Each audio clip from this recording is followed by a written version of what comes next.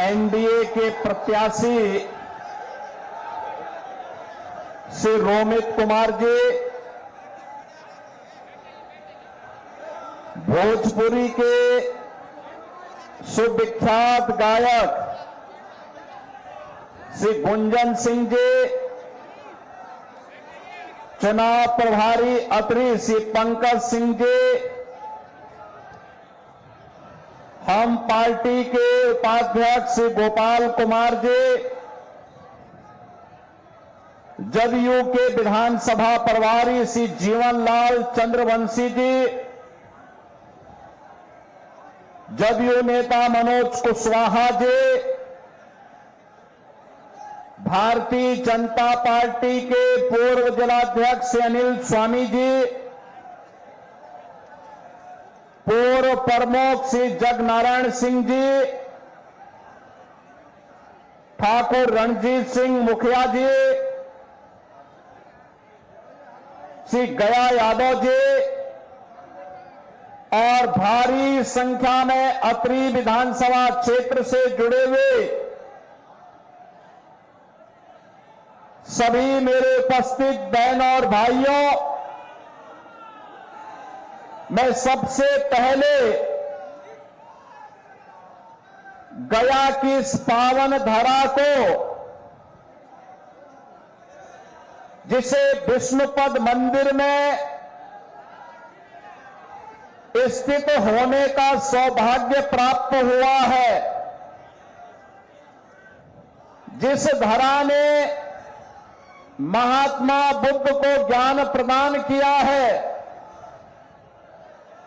ऐसी पावन धरा को कोटि कोटि नमन करते हुए आप सबका मैं हृदय से अभिनंदन करता हूं। बहनों और भाइयों, बिहार की धरती ज्ञान की धरती है, प्रगति की धरती है,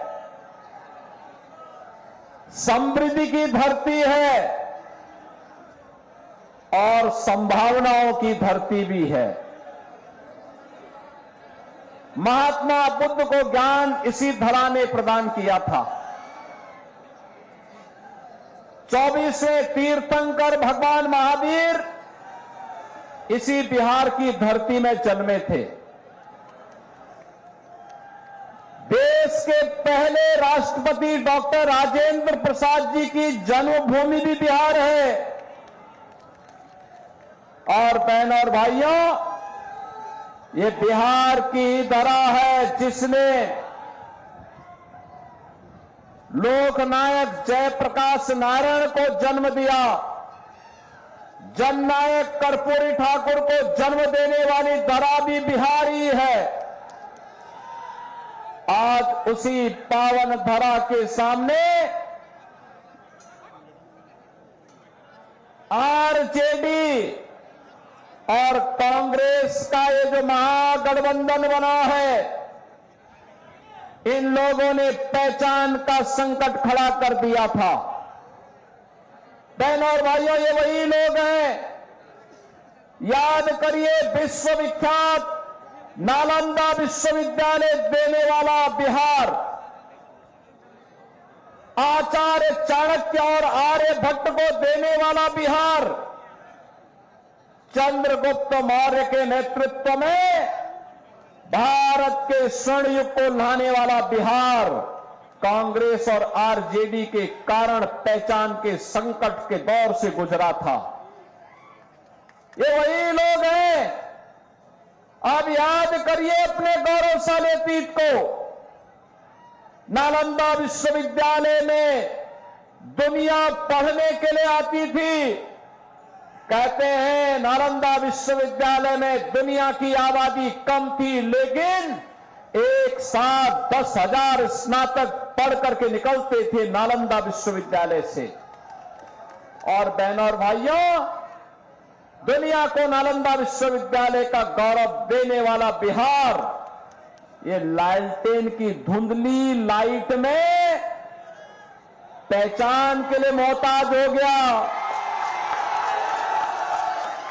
याद करिए, वही बिहार जो दुनिया को ज्ञान देता था, महात्मा बुद्ध को ज्ञान प्रदान करने वाली धरा, किनके कारण साक्षरता में भारत में सबसे पीछे हो गया था। हम धन्यवाद देंगे नीतीश बाबू को, एनडीए के नेताओं को, जिन्होंने कांग्रेस और आरजेडी के कारण साक्षरता मात्र 33% जिस बिहार की रह गई थी उसको बढ़ा करके 75% तक पहुंचाने में सफलता प्राप्त की है।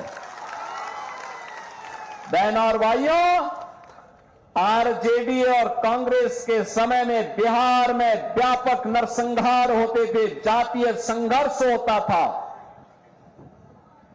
जात की सेनाएं खड़ी हो गई थी। पर्व और त्योहारों के पहले दंगा फसाद प्रारंभ हो गया था। 60 से अधिक नरसंहार की घटनाएं बिहार के अंदर, और यही नहीं, 15 वर्ष के सुशासन में 30,000 से अधिक अपहरण, न व्यापारी सुरक्षित, न उद्यमी सुरक्षित, न इंजीनियर सुरक्षित, न चिकित्सक सुरक्षित, न बेटी सुरक्षित, न बच्चे सुरक्षित। ये थी आरजेडी की सरकार की पहचान। न नौजवानों के लिए नौकरी और न गरीबों के लिए राशन। गरीब को क्या राशन देते, ये तो पशुओं का चारा भी खा गए थे।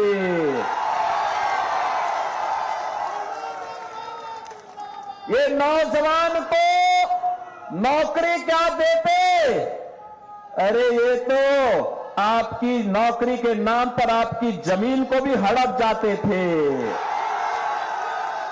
और इसीलिए बहनों और भाइयों, आज मैं कहने के लिए आया हूं, आज बिहार फिर से सुशासन की सुदृढ़ नींव को तैयार करते हुए एक समृद्ध और विकसित बिहार बनने की ओर अग्रसर है।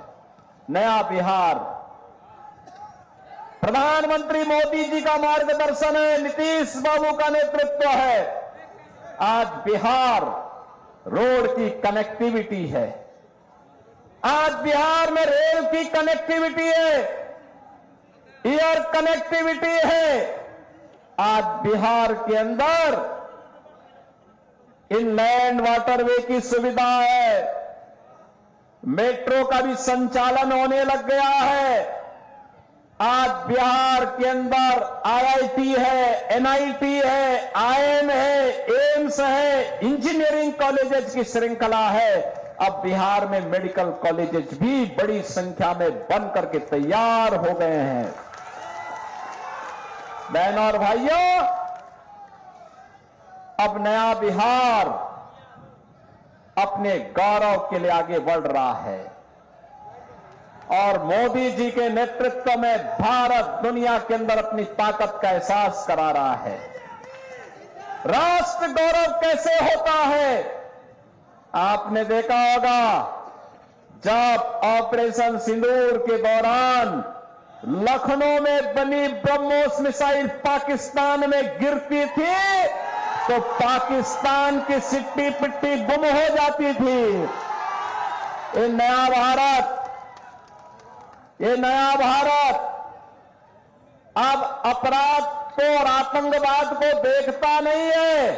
अगर कोई भारत की सुरक्षा में सेंध लगाता है तो उसके घर में घुस करके मारता भी है और खूब इलाज भी करता है उनका।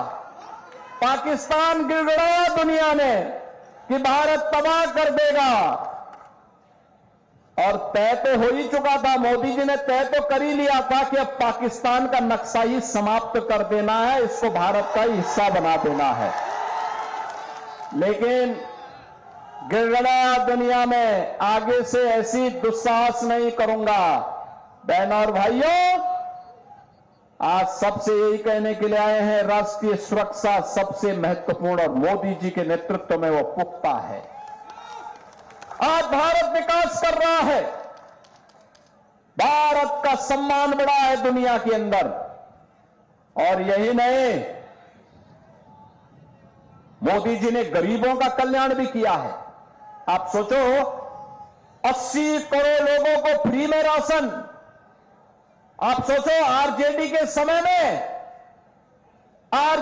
समय में ये लोग पशुओं का चारा खा जाते थे, राशन क्या देते ये लोग। कांग्रेस के समय में लोग भूखों मरते थे, भूखमरी की शिकार। बिहार हो या यूपी, बड़ी संख्या में महादलित मुसहर जाति के लोग भूखमरी के शिकार होते थे। बहन और भाइयों, यूपी में डबल इंजन की सरकार बनी। मैंने अनिवार्य रूप से कहा, हर मुसहर जाति के व्यक्ति को एक आवास जरूर मिलना चाहिए, उसको जमीन का टुकड़ा जरूर जमीन मिलनी चाहिए, उसको पेंशन की सुविधा मिलनी चाहिए, उसके लिए सड़क चाहिए, उसको रोजगार की व्यवस्था भी देंगे। आज हमने वहां पे सभी लोगों को सभी प्रकार की सुविधाओं से आच्छादित कर दिया। मां दलितों के कल्याण के लिए एनडीए ने कार्य किया बिहार के अंदर, और मोदी जी फ्री में राशन की सुविधा का सौगात उनको उपलब्ध करवा दिए हैं। बहन और भाइयों, 80 करोड़ लोग फ्री में राशन, और ये राशन केवल बिहार के लिए ही नहीं है। बिहार का व्यक्ति जहां कहीं भी जाएगा देश के अंदर, उसी राशन कार्ड से वहां भी राशन ले सकता है, कोई आपको मना नहीं कर सकता। One nation one ration card यह मोदी जी ने लागू किया। बहन और भाइयों, 50 करोड़ लोगों को स्वास्थ्य का सुविधा, कहीं भी आप जाइए, अगर बीमारी हो गई तो उपचार के लिए प्रधानमंत्री आयुष्मान का कार्ड आपके पास होगा, कहीं भी आप उपचार करा सकते हैं। ये भी एनडीए सरकार के द्वारा।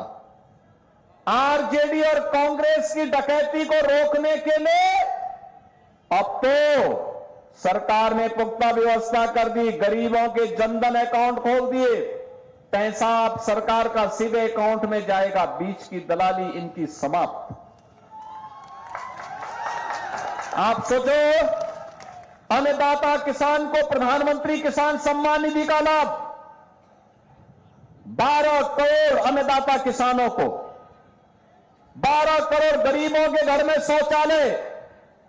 कांग्रेस के समय में एक रसोई गैस का कनेक्शन के लिए लोग 50,000 रुपया लेते थे, तब भी नहीं मिलता था, और अब तो 10 करोड़ गरीबों को फ्री में रसोई गैस का कनेक्शन दिया जा चुका है। 4 करोड़ गरीबों के आवास बन चुके हैं, और बहनों और भाइयों, 3 करोड़ लोगों को फ्री में बिजली के कनेक्शन उपलब्ध करवाए गए हैं। यानी राशन फ्री, स्वास्थ्य की सुविधा फ्री, बिजली का कनेक्शन फ्री और पानी फ्री। बहनों और भाइयों, ये है, और बिना भेदभाव के सबको मिला। यहां तो विकास भी है, लोक कल्याण यानी गरीब कल्याण भी है, और आस्था का सम्मान भी। आप सोचो, जब भाजपा के लोग, बजरंग दल और विश्व हिंदू परिषद के कार्यकर्ता नारा लगाते थे, रामलला हम आएंगे मंदिर वहीं, रामलला हम आएंगे मंदिर वहीं, तो ये कांग्रेस के लोग लाठी डंडा चलाते थे। आरजेडी राम मंदिर का रथ रोकती थी। इनका पार्टनर उत्तर प्रदेश के अंदर राम भक्तों पर गोली चलाता था, और तब भी राम भक्त कहता था, लाठी गोली खाएंगे लेकिन मंदिर वहीं बनाएंगे, बोलते थे ना। और देखो, अयोध्या में एनडीए की डबल इंजन की सरकार है, बीजेपी की डबल इंजन की सरकार है। अयोध्या में राम मंदिर बन गया ना, भव्य राम मंदिर, दुनिया का सबसे बड़ा मंदिर, सबसे बड़ा मंदिर अयोध्या में बन चुका है बहनों और भाइयों। और अयोध्या तो अब दुनिया का एक ऐसा तीर्थ हो गया है। पिछले वर्ष 6 करोड़ श्रद्धालु आए थे अयोध्या में। अब कोई अयोध्या जाएगा तो उसको लगेगा दुनिया की सबसे सुंदरतम नगरी है ये, सबसे सुंदरतम नगरी। और अगर अयोध्या में रामलला विराजमान है तो माता जानकी भी मंदिर में विराजमान है, बजरंगबली भी है। और उसी अयोध्या में इंटरनेशनल एयरपोर्ट का नामकरण मोदी जी ने महर्षि वाल्मीकि के नाम पर किया। निषाद राज के नाम पर उसी अयोध्या में रेन बसेरा का नामकरण हुआ। और जहां श्रद्धालुओं को, भक्तों को प्रसाद मिलता है उसका नाम है सबरी माता के नाम पर। बहन और भाइयों, अगर अयोध्या में रामलला का मंदिर तो सीतामढ़ी में माता जानकी का भी भव्य मंदिर एनडीए की सरकार कर रही है, बना रही है। बहन और भाइयों, विकास भी है, विरासत भी है। तो अयोध्या को, सीतामढ़ी को जोड़ने के लिए 6155 करोड़ रुपए का एक नया मार्ग कॉरिडोर के रूप में हम लोग विकसित कर रहे हैं इस समय। अब क्या नहीं है बिहार के लिए, सब कुछ है। बस सुशासन की सुदृढ़ नींव पर एक मजबूत इमारत का निर्माण करके समृद्ध और विकसित बिहार के निर्माण को आगे बढ़ाना है। और इसीलिए हम लोग आए हैं। यह कार्य सुरक्षा के माहौल में होता है। कोई पेशेवर खानदानी माफिया और अपराधी अगर जीत जाएगा तो अपने परिवार के बारे में सोचेगा, लेकिन अगर एनडीए की सरकार बनती है, एनडीए का प्रत्याशी जीतता है तो बिहार के बारे में सोचेगा, विकास के बारे में सोचेगा। और इसीलिए यूपी में तो मैंने बुलडोजर चला चला करके इन माफिया और अपराधियों का ऐसा पस्त किया है, ऐसा पस्त किया है।